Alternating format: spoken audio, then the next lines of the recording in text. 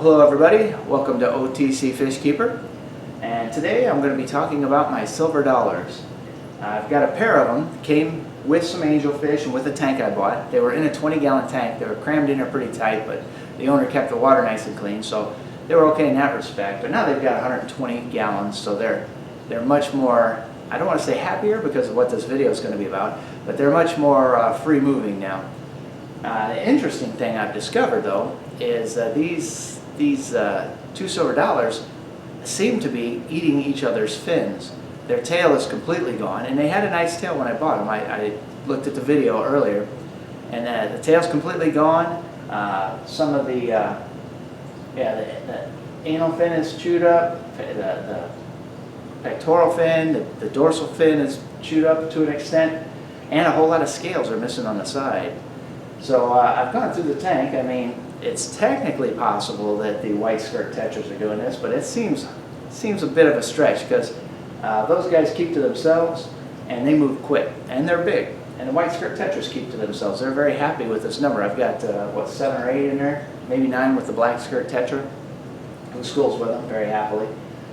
So now I'm going to do an experiment. I'm going to take one of the silver dollars out of this tank and put him by himself and let the fins heal. And I'm going to see if the fins also heal on the one I leave in the tank.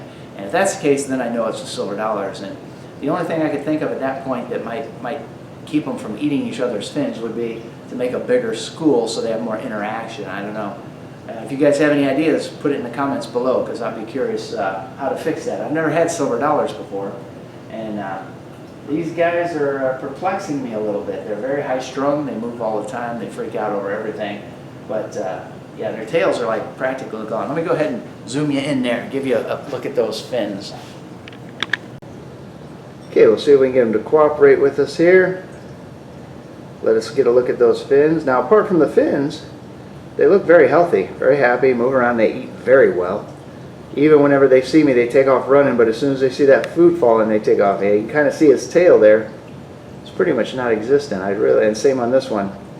I'd like for them to turn sideways here so we can get a better look at that. And it's not just their tails. The tails are just the most obvious. But they're also missing some scales on the side. You know, a lot of their shiny scales just aren't there anymore.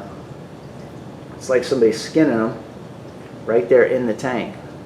And honestly, the only culprits I can think of is each other.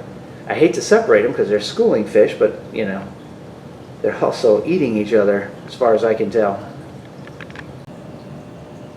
Alright, there's a good side view of them. I did put the extra plants in there to give them a little bit more cover, but I don't think that's mattering all that much. Although the white skirt tetras just absolutely love the extra plants. Yeah, so there you go. There's a good close-up. You see they're missing all kinds of finnage all over the place.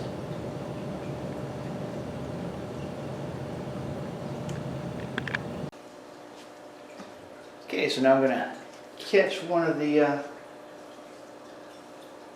silver dollars, put them in the other tank. The temperature and everything should be the same because they're both in the same room. They're both heated by the air, so shouldn't have to worry about that too much. Catching these guys, though, is a trick. These guys can move, even with no tails.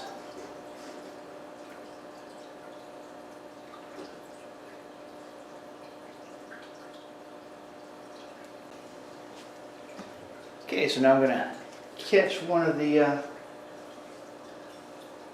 silver dollars, put them in the other tank. The temperature and everything should be the same because they're both in the same room. They're both heated by the air. So shouldn't have to worry about that too much. Catching these guys, though, is a trick. These guys can move, even with no tails.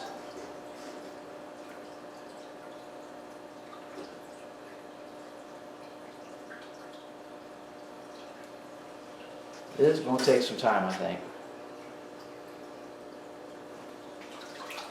Yeah, it's better if they're away from the other fish, I think. Okay, so now I'm going to catch one of the silver dollars, put them in the other tank. The temperature and everything should be the same because they're both in the same room. They're both heated by the air. So shouldn't have to worry about that too much. Catching these guys, though, is a trick. These guys can move, even with no tails.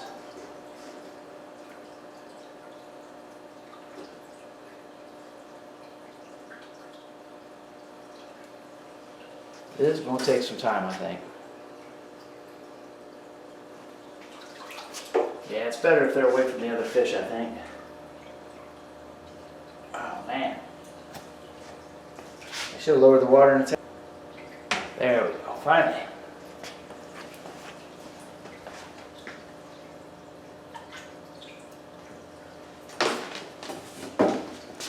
All right.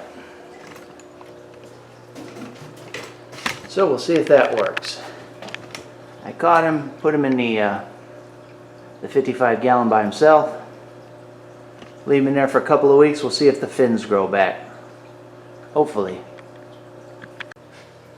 Yeah, right now you can see it's basically just a bare bottom tank. I put a couple of ornaments in there, give him a little security, give him a little place to hide. That's the only plant I have left that will sink itself, but it's something. It's something. He's got places to hide. He can move around. He's actually already calmed down quite a bit. He's probably pooped from having to wiggle that little stump of a tail so hard to try to escape me. But yeah, hopefully both of them grow their tail back, and then I have to figure out how to stop them from eating each other's tails after that. Alrighty, well, until next time, be sure to hit that subscribe button, and we'll see you then. Alright.